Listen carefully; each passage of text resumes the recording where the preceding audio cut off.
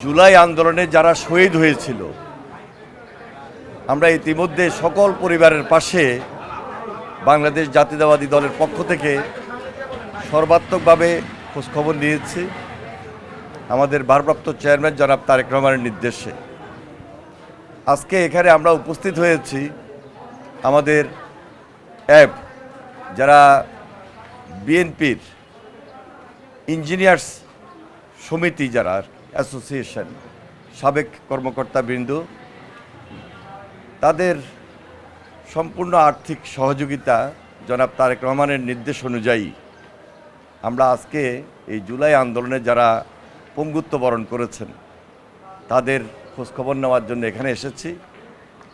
আমাদের জাতীয়তাবাদী দল ঢাকা মহানগর উত্তরের সংগ্রামী আহ্বায়ক আমিনুল হক সে এখানে উপস্থিত রয়েছেন। অন্যান্য কর্মকর্তাবৃন্দ যারা ড্যাব এবং অ্যাবের সঙ্গে সাবেক নেতৃবৃন্দ জড়িত আছেন, দায়িত্বশীল তারা আছেন, ইঞ্জিনিয়ার হাসিন সেও আছেন। আমরা আগামী যে ঈদুল ফিতর এই ফিতর উপলক্ষে তারেক রহমানের পক্ষ থেকে সামান্য ঈদ শুভেচ্ছা নিয়ে তাদের পাশে আবার উপস্থিত হয়েছি। দেখুন, বারবারই আমরা বলছি যে দীর্ঘ 15-16 বছর ফ্যাসিস্টের বিরুদ্ধে আন্দোলন সংগ্রাম করতে গিয়ে আমাদের অনেক নেতাকর্মী গুম খুনের শিকার হয়েছে।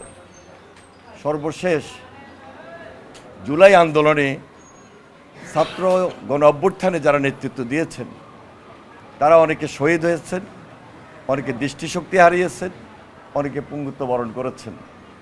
এখন পর্যন্ত ফ্যাসিস্ট হাসিনার বিচার কার্যক্রম খুব দৃশ্যমান আমরা দেখছি না।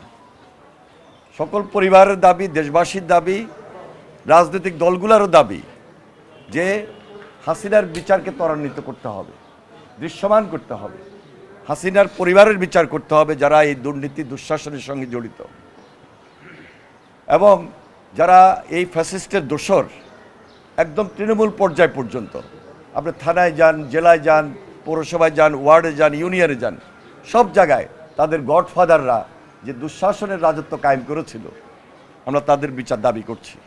এবং তাদের বিচারগুলো যদি এই মুহূর্তে খুব দৃশ্যমান হতো, জনমনের যে আশঙ্কা আজকে তৈরি হয়েছে এই আশঙ্কা অনেক দূর হতো। সবাই মনে আমরা সাহস পেতাম, মনোবল পেতাম। তাই আমাদের প্রত্যাশার জায়গা থেকে এই দাবি আগামী কিছুদিনের মধ্যে দ্রুত বিচার আইন বলেন, দ্রুততার সহিত বলেন, বিচার প্রক্রিয়াটা খুব বেশি ত্বরান্বিত করতে হবে। এবং বিচার প্রক্রিয়া যত ত্বরান্বিত হবে আওয়ামী লীগের রাজনীতি নিষিদ্ধকরণ হয়ে যাবে। সেটাই আজকে জনতার দাবি। আমরা তাই আজকে যারা উপস্থিত হয়েছি আমরা আমাদের দাবিকে এইভাবে জোরালো করছি, বিচার প্রক্রিয়ার মধ্য দিয়ে, আইনি প্রক্রিয়ার মধ্য দিয়ে হাসিনার বিচার যত বেশি জরুরি, যত বেশি প্রায়োরিটি পাবে, আওয়ামী লীগের রাজনীতিও নিষিদ্ধ হওয়ার ক্ষেত্র তৈরি হবে। সুতরাং আজকে আমরা সবাই মিলে একটা সুন্দর বাংলাদেশ দেখতে চাই। সবাই টার্গেট এক, লক্ষ্য এক। ওই টার্গেট এবং লক্ষ্যে পৌঁছার জন্য আমরা এখনও এক এবং ঐক্যবদ্ধ থাকতে চাই।